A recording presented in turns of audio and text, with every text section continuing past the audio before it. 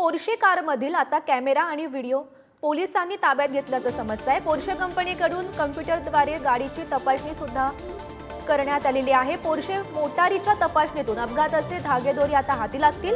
मोटारीतील कॅमेराच्या चित्रीकरणातून अपघात कसा झाला हेही आता स्पष्ट होईल। मोटारीचा ब्रेक किती वेळा दाबला, अपघातावेळी मोटारीचा वेग नेमका किती होता, किती वेळा एक्सेलेरेटर देण्यात आला, या बाबी आता स्पष्ट होणार आहे। महत्त्वाची बातमी आपण पाहतोय।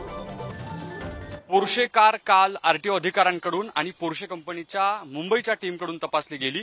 याच पोर्शे कारची तपासणी झाली आणि या तपासणीमध्ये कॉम्प्युटरच्या पद्धतीने जी तपासणी झाली त्यात वेगवेगळ्या गोष्टी समोर येण्याची शक्यता आहे, ज्यामध्ये गाडी किती स्पीडने चाललेली होती अपघाताच्या वेळी किंवा किती वेळा ब्रेक लावलेले होते हे देखील कळणार आहे।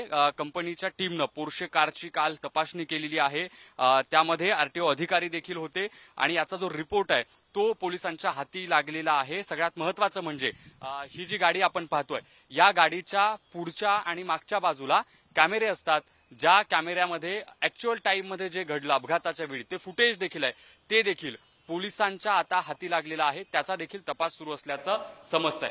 व्हिडिओ जर्नलिस्ट निखिल करंदीकर सह मी ज्ञानेश्वर चौकमल, पुढारी न्यूज, पुणे।